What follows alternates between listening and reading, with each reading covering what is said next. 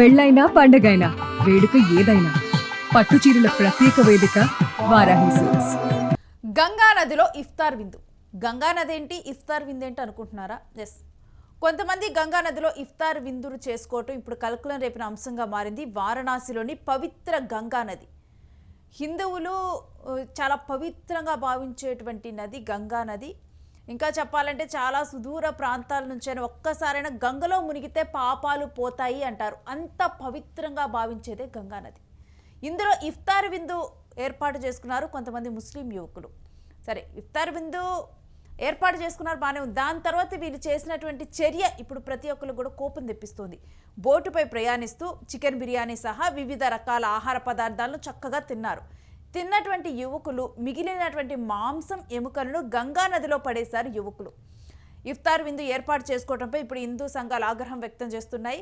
Social మీడియాలో వైరల్గా ఈ వీడియోలు మారాయి. పోలీస్ స్టేషన్లో రజత్ జైస్వాల్ అనే వ్యక్తి ఫిర్యాదు చేశాడు. 14 మందిని అరెస్టు చేశారు పోలీసులు. మరికొంతమంది కోసం గాలింపు చర్యలు కొనసాగుతూ ఉన్నాయి. దానికి సంబంధించినటువంటి వీడియోను మనం విజువల్స్లో చూస్తున్నాం. ఇఫ్తార్ విందు ఏర్పాటు చేసుకొని చక్కగా కూడా బోట్లో కూర్చొని అందరూ కూడా తింటూ ఉన్నారు. ఆ తిన్న తర్వాత ఆ ఎముకలన్నీ కూడా అక్కడ గంగా నదిలో వేయటం, ఆ తర్వాత అక్కడ ఉన్నటువంటి వీడియోలు వీళ్ళు పోస్ట్ చేయటం కూడా ఇది చూసినటువంటి హిందూ సంఘాల ఆగ్రహాన్ని వ్యక్తం చేస్తూ ఉన్నాయి. మనం దైవంగా భావించి పూజించేటువంటి గంగా నదిలో ఈ రకంగా కూడా తిని మాంసపు ఎముకలను పడేస్తారా అంటూ కూడా ఆగ్రహం వ్యక్తం చేస్తూ ఉన్నారు. దీని మీద కేసు నమోదు చేయడం జరిగింది. ఇప్పుడు వీళ్ళలో 14 మంది పోలీసులు అదుపులో ఉన్నారు.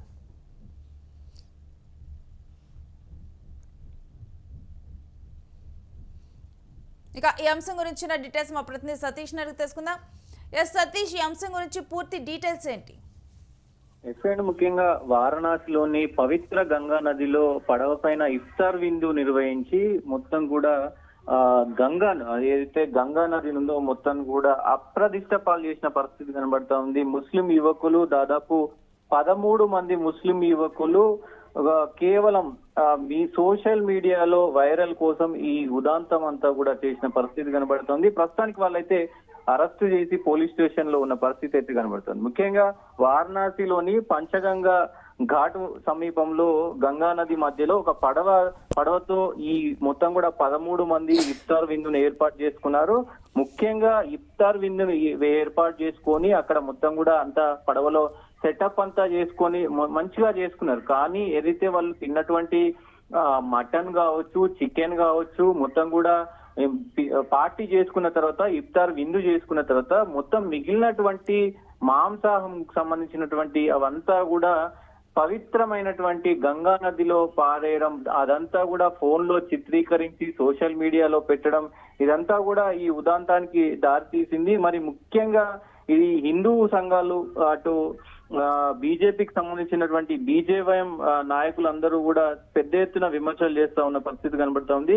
దీనికి సంబంధించి ఇప్పటికే అక్కడ బీజేవైఎం అధ్యక్షుడు రజిత్ జైస్వాల్ ఇచ్చిన ఫిర్యాదు మేరకు వీళ్ళందరినీ కూడా మరి కొత్వాల్ పోలీసులు ఎఫ్ఐఆర్ నమోదు చేసి వాళ్ళని పోలీస్ స్టేషన్లకు అయితే తరలించిన పరిస్థితి ఉంది. ముఖ్యంగా వీళ్ళ పైన పెద్ద ఎత్తున ఈ 14 మంది పైన ఒక హిందువు 13 మంది ముస్లింలు వీళ్ళపైన పలు సెక్షన్లు కూడా మరి సెక్షన్ల కింద కేసులు అయితే నమోదు చేశారు. ముఖ్యంగా బిఎన్ఎస్ సెక్షన్ 298, 299 అలాగే సెక్షన్ 196 ఇట్లాంటి సెక్షన్లు అన్ని కూడా నమోదు చేసి చట్టపరమైనటువంటి అన్ని కూడా చేస్తున్న పరిస్థితులు కనబడుతున్నాయి. సతీష్, అయితే గంగా నది మీద ఇటువంటి పార్టీలు జరుపుకోకూడదని కానీ వీటికి సంబంధించి ఎటువంటి నిబంధనలు లేవా?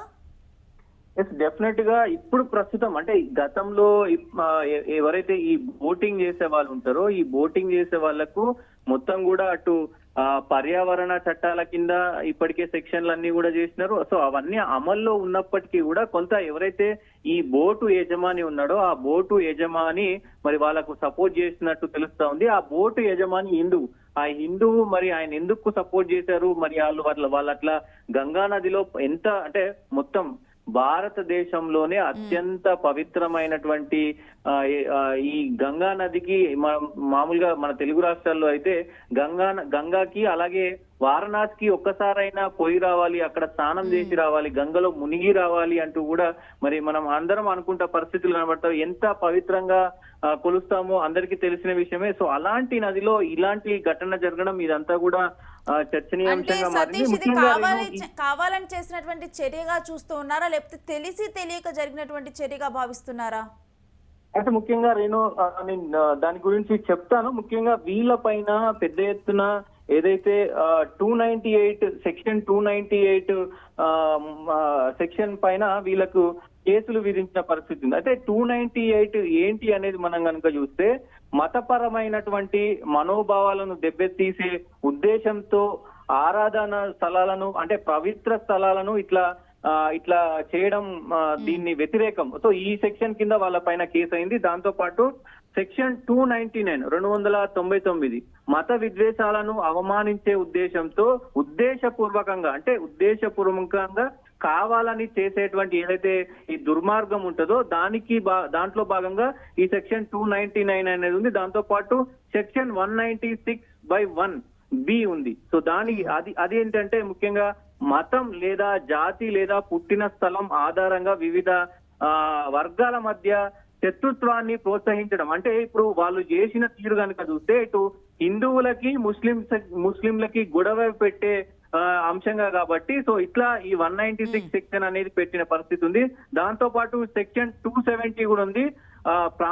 ప్రాంతకరమైనటువంటి ఏదైనా అంటే వాళ్ళు తిన్నటువంటి మాంసం కావచ్చు, చికెన్ కావచ్చు, అదంతా కూడా మరి ఆ గంగలో ఆ నదిలో పారేస్తే మరి అక్కడ స్నానాలు చేసేటువంటి వాళ్ళకు మరి ఏదైనా వ్యాధులు వచ్చే అవకాశం ఉంటది కాబట్టి సో ఆ వాతావరణానికి సంబంధించినటువంటి నిర్లక్ష్యం కింద ఇదంతా కూడా మరి సెక్షన్లు పెట్టిన పరిస్థితి ఉంది. నీటి కాలుష్యం కింద సెక్షన్లు పెట్టిన పరిస్థితి ఉంది. ఇదంతా కూడా మరి వీళ్ళు మొత్తానికి విచారణలో పలు కీలక అంశాలను కూడా పెట్టారు. లాస్ట్ కి 14 మందిలో బోటు యజమాని హిందూ వీళ్ళు ముఖ్యంగా కొన్ని కీలక విషయాలు ఒప్పుకున్నారు. పోలీస్ స్టేషన్ వెళ్ళిన తర్వాత ఈ సెక్షన్ అన్ని నమోదు చేసి ఎఫ్ఐఆర్ చేసిన తర్వాత మేము కేవలం వీళ్ళు ఎవరైతే ఉన్నారో అక్కడ లోకల్ గా వాళ్ళు చీరల షాపులలో పనిచేసుకునే వ్యక్తులు, సోషల్ మీడియాలో మనం కొంత ఫేమస్ అయిదాము, మనం అంటే జాలీగా తిరిగి కొంత వీడియోలు అన్ని కూడా తీసుకొని సోషల్ మీడియాలో ఫేమస్ అయిదాము. సో దానికోసం మేము ఆ నదిలో మొత్తం ఇదంతా సెటప్ చేసుకొని కావాలనే చేశాము, ఓన్లీ సోషల్ మీడియాలో ఫేమస్ అవ్వడం కోసమే చేశామంటూ కూడా వాళ్ళు ఒప్పుకున్న పరిస్థితి అయితే కనబడుతా ఉంది. నేను ఇది ఒకవైపు వాళ్ళు ఇది ఒప్పుకున్నప్పటికీ హిందువుల నుంచి అంటే కొంత ఈ రంజాన్ మాసం వేళ పెద్ద ఎత్తున ఇది చర్చనీయాంశంగా మారిన పరిస్థితి కనబడుతూ ఉంది. నేను thanks for the update Satish. ఈ కేసులో ఇప్పటికి కూడా 14 మందిని అరెస్ట్ చేశారు. తెలిసి చేసినా తెలియక చేసినా గానీ ఇది మనోభావాల్ని దెబ్బతీసే అంశంగానే పరిగణించి వీళ్ళ మీద అయితే పలు సెక్షన్ల కింద కేసు నమోదు చేశారు.